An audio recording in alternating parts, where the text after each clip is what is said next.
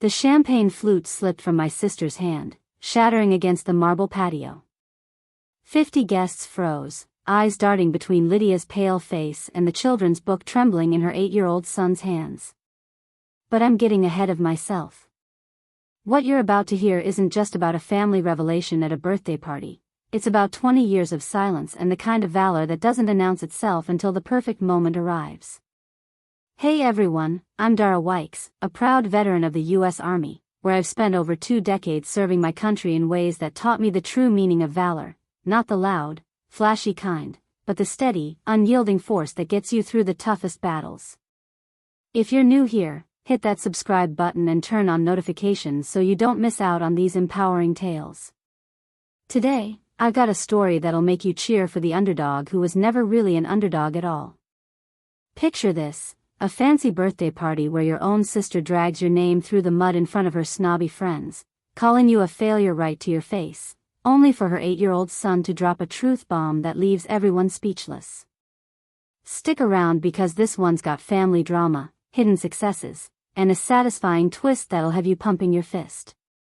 Let's dive in. I'm Dara Wykes, and if you looked at me through my family's eyes, you'd think I was just scraping by in life. I grew up in a small suburb outside Boston, in a house where success was measured by bank accounts and prestigious addresses. My parents, Evelyn and Robert Wykes, believed the only path to a good life was private schools, Ivy League colleges, and marrying into money.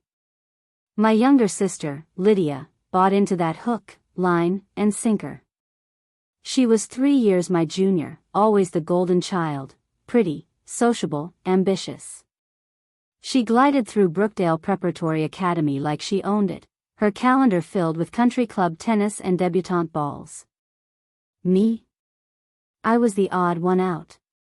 I went to public school, Millbrook High, class of 1997.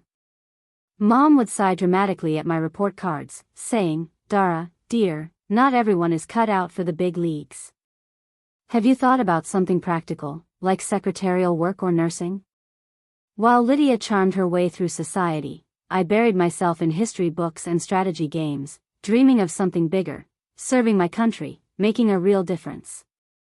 When I announced I was applying to West Point, the United States Military Academy, my family looked at me like I'd lost my mind. I remember that moment with crystal clarity. We were sitting in the living room, autumn light filtering through the bay windows. I'd rehearsed my announcement for weeks, knowing it would land like a bombshell. The Army? Mom gasped, clutching her pearls, literally. "Dara, that's for, well, people who don't have other options." Her voice dropped to a horrified whisper, as if I'd announced I was joining a circus. Dad lowered his newspaper slowly, peering over his reading glasses. "West Point? Dara, be reasonable. Do you understand the physical demands? The commitment?" "For what, Dad?" I challenged, my voice steady despite my racing heart. "For serving my country? For leadership? For something that actually matters?" Lydia snickered behind her hand, already picturing herself as the family star. "Good luck with that. Marcus and I are looking at houses in Wellesley, by the way." His promotion came through. The implication was clear. She was ascending to the life our parents dreamed of, while I was choosing descent into irrelevance. But I got in. West Point accepted me, and that was the start of a journey that shaped me into the woman I am today. Graduation day in 2001 was one of the proudest moments of my life. Standing there in my uniform, saluting as I received my commission as a second lieutenant, I felt invincible. The weight of the diploma in my hand represented years of brutal physical training, mental challenges that pushed me to my absolute limits. But my family? They clapped politely, sitting 3 rows back in the stadium. Mom whispered to Dad, loud enough for me to hear as I passed, "Well, at least it's a job." Lydia patted my arm and said, "Congrats, sis. Hope it works out." Her tone suggested she was humoring a child's fantasy. They didn't understand. And over the next 2 decades, I chose not to enlighten them. Fast forward 20+ years, and my career had taken me places they couldn't even imagine. I'd led platoons in combat zones where temperatures hit 120 degrees and threats were constant. I coordinated international operations spanning 3 continents. I briefed top brass at the Pentagon, standing before generals as I presented intelligence assessments and strategic recommendations. I'd risen to colonel, a rank achieved by less than 2% of military officers. My assignments were often classified: South Korea overseeing joint exercises, Germany strengthening NATO alliances, rotations through hotspots where I couldn't reveal my location.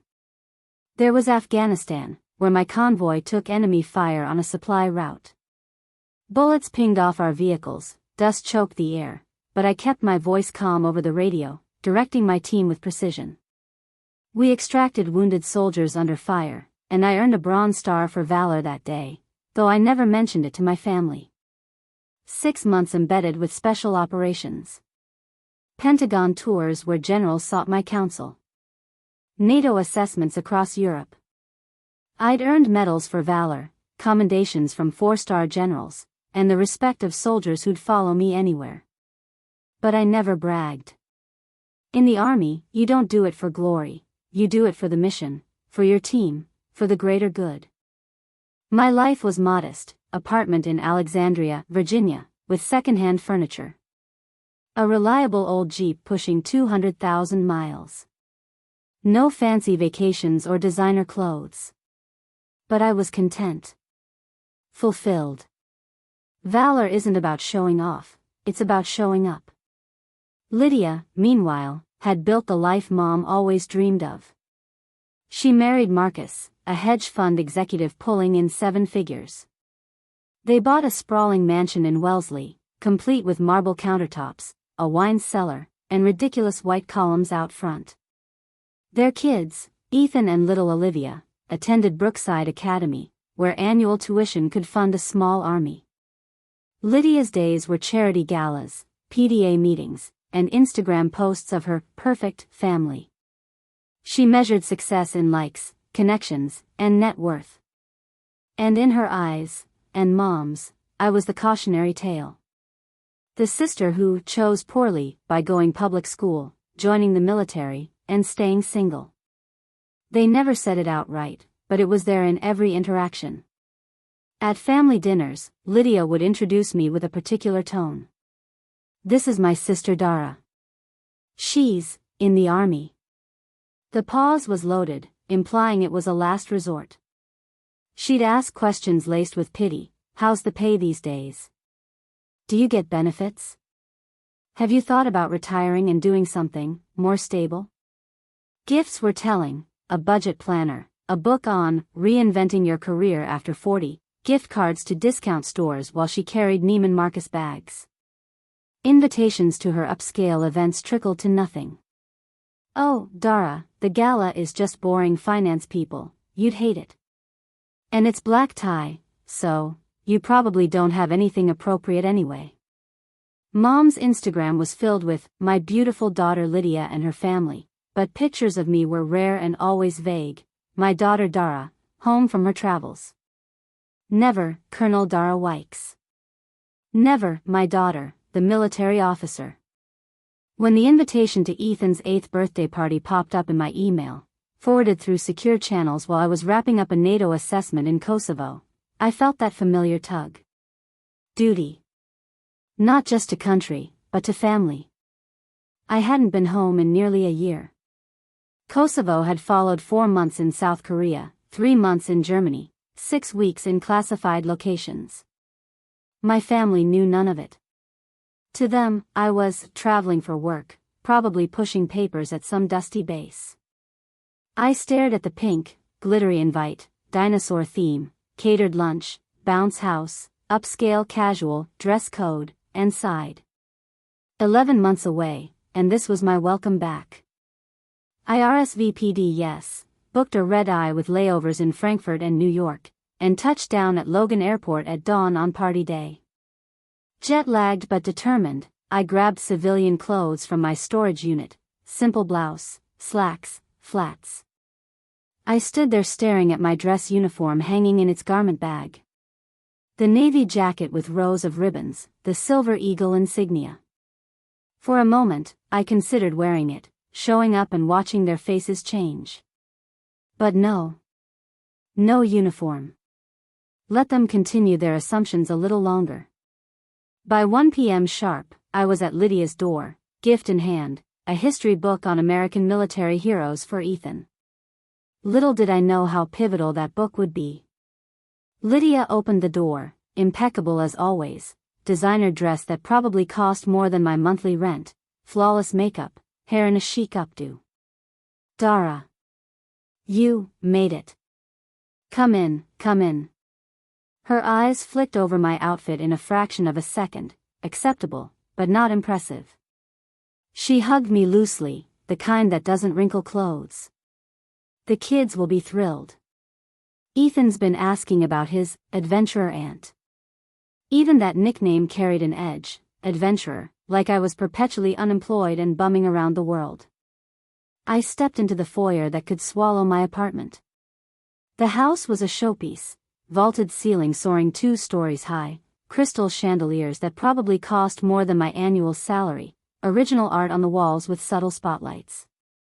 Through the French doors, the backyard buzzed with activity, a massive castle-shaped bounce house with turrets and flags, tables laden with gourmet food arranged like works of art, well-heeled guests with champagne flutes discussing investments and European vacations.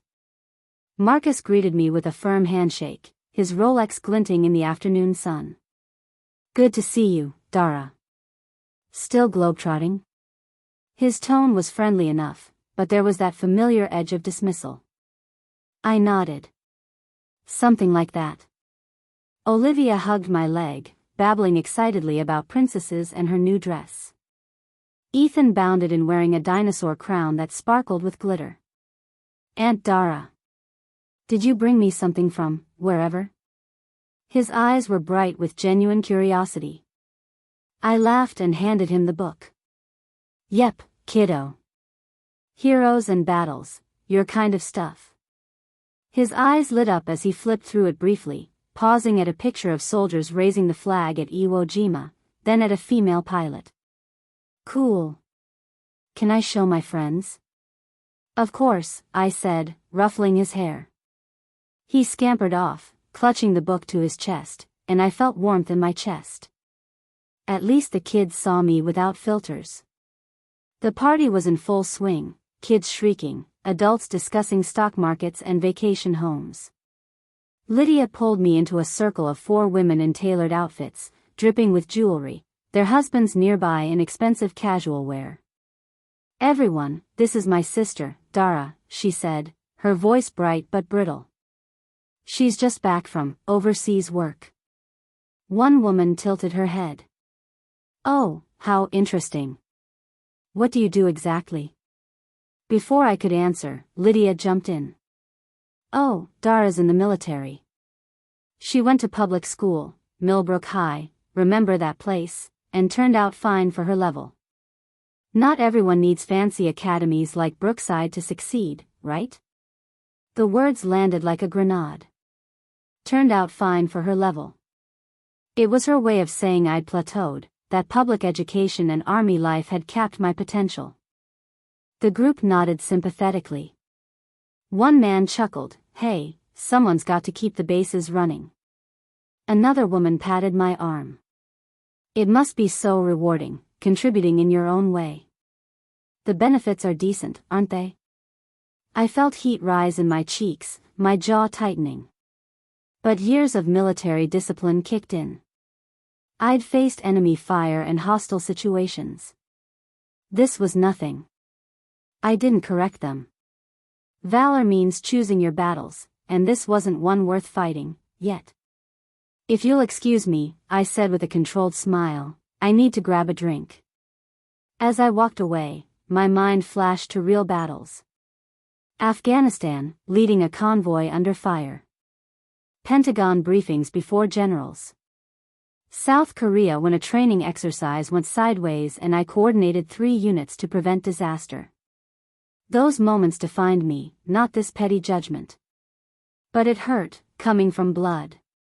As afternoon wore on, kids gathered for gift opening. Ethan tore through packages, remote control cars, high-end Lego sets, designer clothes, the latest gaming console. Then he got to mine. The book from Aunt Dara. He flipped it open, his face scrunching in concentration. The book was a kid's version of military history, with photos and bios of notable figures. He scanned pages, then froze. His eyes went wide. "Mom! Look!" His voice cut through the party chatter like a siren. He held the book up, pointing excitedly. The party noise dimmed as adults turned. "But Mom, Aunt Dara's in here." "Aunt Dara is a colonel. It says right here, Colonel Dara Wykes, West Point class of 2001. Hero in Operation Enduring Freedom." The backyard went silent. Completely, utterly silent. Lydia's champagne flute hovered midair, frozen. Her face went from confidence to blank shock. Marcus stopped mid-conversation. The guests leaned in, murmuring. Ethan continued reading aloud, his voice piping with pride. Colonel Wykes led critical missions in multiple theaters, earning the Bronze Star for Valor. A graduate of West Point, she's a leader in strategic operations coordinating with Allied forces across 3 continents. She has served in Afghanistan, South Korea, Germany, and classified locations. He beamed at me. "Aunt Dara, you're in the book. You're famous. You're a real hero." The silence deepened. You could have heard a pin drop. Lydia's face drained of color. "What? Let me see that." She snatched the book, scanning the page. There was my photo, me in full dress uniform, medals pinned, the silver eagle on my shoulders. It was standard, nothing classified, but enough to shatter her narrative. The guests buzzed. "Colonel? West Point? That's one of the most elite academies in the world. Bronze Star? That's for heroism in combat." Claire gasped. "Dara, you're a high-ranking officer? Why didn't you say?" Marcus looked genuinely impressed. "That's incredible. West Point only admits the best. And Colonel? That's senior leadership. We had no idea." The man who'd made the "keeping bases running" comment looked mortified. Other guests crowded around, trying to glimpse the book, phones coming out. "How did we not know this? Lydia, your sister is a war hero. West Point is harder to get into than Harvard." I stood calm, watching the scene unfold. Inside, though, I felt vindication, not petty triumph, but quiet satisfaction that truth had emerged. I shrugged modestly. "It's just my job." Lydia stammered, clutching the book, her perfect world cracking. I didn't know. You never talk about it. You never said." I met her eyes, 20 years of assumptions hanging between us. "You never asked," I said quietly. The party shifted dramatically. Guests peppered me with questions, genuine interest replacing earlier condescension. They asked about deployments, combat leadership, the discipline of army life, briefing generals. "What's the hardest decision you've had to make? How do you maintain calm under fire?" I answered carefully, sharing what I could without breaching security, watching their expressions shift from curiosity to respect to awe. These were people accustomed to being the most successful in any room, suddenly looking at me differently, not as the disappointing sister, but as someone who'd achieved something they couldn't buy or network into. Lydia hovered on the edges, trying to interject. "Well, Dara always was determined," she'd say weakly. But the guests weren't buying it anymore. Marcus pulled me aside. "Dara, I owe you an apology. We've been incredibly ignorant about what you do. That was wrong." Mom arrived late, catching the tail end of conversations about my combat deployments. She stopped mid-step, confused. She pulled me aside. Dara, is this true? All this time. Colonel? West Point? Combat missions? Her voice mixed pride, regret, confusion. Maybe shame. All true, Mom. Her eyes filled with tears. Why didn't you tell us? Why did you let us think? Think what? I asked gently but firmly. Would it have mattered if I'd told you? You'd already decided who I was based on my choices. She was quiet. I'm sorry, she finally whispered. I'm so sorry. I was wrong about you. It wasn't perfect. It didn't erase 20 years. But it was something, a first step toward understanding. By evening, as guests left, their conversations had shifted. Did you know Lydia's sister is a colonel? West Point graduate, can you imagine? Bronze Star for Valor, that's real heroism. Lydia cornered me in the kitchen as I helped clean. Why didn't you tell us? Her eyes were wet, mascara smudged. All these years, Dara. Why? Would it have mattered? I said. You assumed I failed because I didn't fit your mold. Public school, military, no mansion, so I must not have succeeded. You never asked about my life, Lydia. You told me about yours, but never asked about mine. She was quiet. Then she hugged me, really hugged me, wrinkling her designer dress. I'm sorry, she sobbed. I'm so sorry. I was wrong about you. I hugged her back, feeling 20 years of tension ease.